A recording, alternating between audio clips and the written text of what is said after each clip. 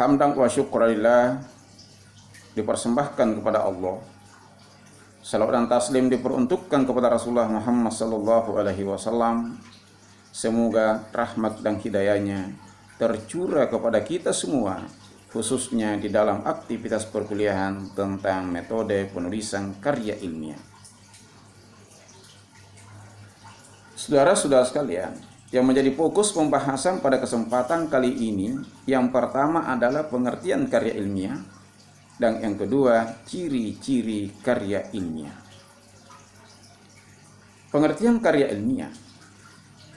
Karya ilmiah adalah tulisan yang mengungkapkan suatu masalah melalui pengamatan, tinjauan, dan penelitian menurut metode ilmiah yang isinya dapat dipertanggungjawabkan kebenarannya. Dengan demikian karya ilmiah harus jelas masalahnya, harus jelas pendekatan, tinjauan yang dapat dijadikan atau yang dijadikan sebagai pisau analisis, dan yang ketiga harus jelas metode yang diaplikasikan, dan yang keempat isinya dapat dipertanggungjawabkan kebenarannya. Selanjutnya, ciri-ciri karya ilmiah. Yang pertama, logis, yaitu segala sesuatu yang disajikan beralasan dan diterima dengan akal sehat. Yang kedua, sistematis, yaitu disusun menurut aturan tertentu, disusun secara runtuk, kohesi, dan koherensi. Yang ketiga, objektif, yaitu menyampaikan data dan fakta apa adanya, sehingga biarkanlah data dan fakta itu berbicara tentang dirinya sendiri. Yang keempat, tuntas, yaitu permasalahan yang dikaji secara mendalam dan lengkap. Yang kelima, seksama, yaitu berusaha menghindari dari berbagai bentuk kesalahan. Yang keenam, jelas, yaitu mengungkapkan maksud dan tujuan secara jelas sehingga tidak mengundang pemahaman ambigu bagi pembaca. Yang ketujuh, terbuka, yaitu sewaktu-waktu dapat berubah jika ada pendapat baru yang lebih benar.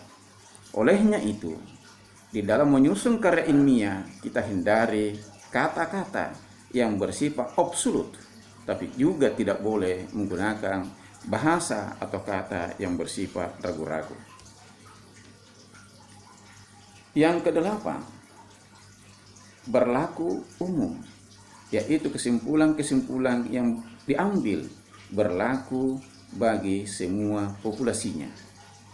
Lazimnya di dalam penelitian orang menggunakan sampel, menetapkan sampel, tetapi sampel yang kita tetapkan hendaknya mewakili seluruh populasi, sehingga kesimpulan yang kita ambil atau yang kita peroleh itu pun juga mewakili seluruh populasi.